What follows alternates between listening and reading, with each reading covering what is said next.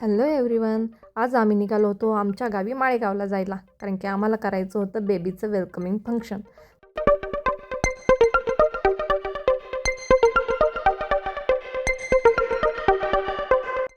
आणि माळेगावला जायचं म्हटलं की आदू खूप खुश असतो, कारण की त्याला तिकडे राहायला जास्त आवडतं.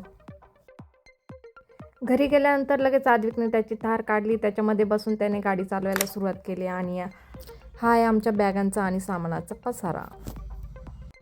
दुपारी आल्यानंतर थोडा आराम केला. उठल्यानंतर संत्री खाल्ली आणि मम्मी कुठेतरी बाहेर गेल्या होत्या, तर मला एकटीला करमेना, कारण की मम्मी तिथे नसल्या की मला एकटीलाही बोर होतं. मम्मीसोबत गप्पा मारत मारत टाईम निघून जातो, त्यामुळे त्या असल्या की बरं पडतं. थंडी वाजत होती, मग मस्तपैकी उन्हात बसून थोडंसं ऊन घेतलं आणि नंतर उन्हाचा चटका लागायला लागला, तर मग घरामध्ये निघून गेले. त्यानंतर मम्मी घरी आल्या. मग बायकांची आवडतीची गोष्ट ती म्हणजे साड्या वगैरे बघणे. मग काय, आमचं चांगल्याच गप्पा रंगल्या आणि साड्या वगैरे बघत टाईम निघून गेला तो कळलाही नाही. उद्या बेबीला घरी आणायचं होतं आणि त्याचं वेलकमिंग फंक्शनसाठी आम्हाला डेकोरेशन बनवायचं होतं. तर इथे आदू आणि त्याच्या बाबांची मस्ती चालली होती डेकोरेशन करता करता, आणि आम्हीही सर्वजण डेकोरेशनची तयारी करत होतो.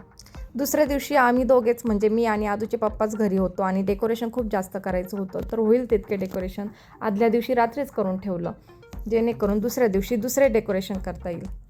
थोडीशी तयारी केली आणि नंतर झोपलो. तर उद्याच्या व्लॉगमध्ये तुम्हाला बघायला भेटेल की आम्ही बाळाच्या वेलकमिंगसाठी कशी डेकोरेशन वगैरे केले. तर भेटूया उद्याच्या व्लॉगमध्ये. थँक्यू. Good night. शुभरात्री.